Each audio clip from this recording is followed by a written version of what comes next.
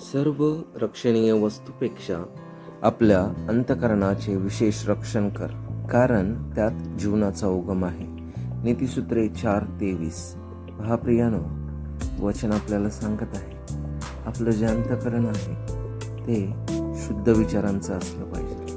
कारण आजच्या या भौतिक जगामध्ये आपण वावरत असताना, आपण जगत असताना, आपण आज खूप वाईट गोष्टींमध्ये, खूप वाईट मार्गामध्ये, पापामध्ये अडकलेलो आहोत.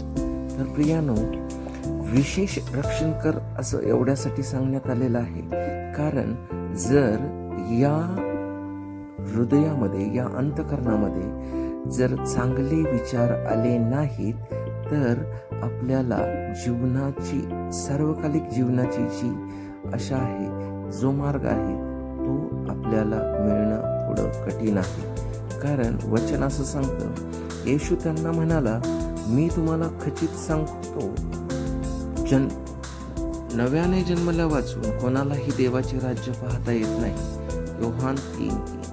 ओ प्रियानो, कारण जर आपल्या अंतःकरणात ते वाईट विचार, ते पाप असेल, तर आपल्याला आपला नवीन जन्म होणारच नाही आणि देवाचं जे तारण आहे ते आपल्याला कधी मिळणार नाही. त्यासाठी प्रियानो, आपल्या अंतःकरणाचं आपण विशेष रक्षण करून त्यात जे देवाने दिलेले विचार आहेत, प्रभू येशूने आपल्याला जे विचार सांगितलेले आहेत, जे बायबलमध्ये प्रभू येशू आपल्याला जीवन कसं जगायचं हे सांगतो, त्याप्रमाणे जर आपण जगलो तर आपल्याला तारण प्राप्त होईल, आपला नवीन जन्म होईल आणि प्रियानो, आपण स्वर्गाच्या राज्यात नक्कीच प्रवेश करू.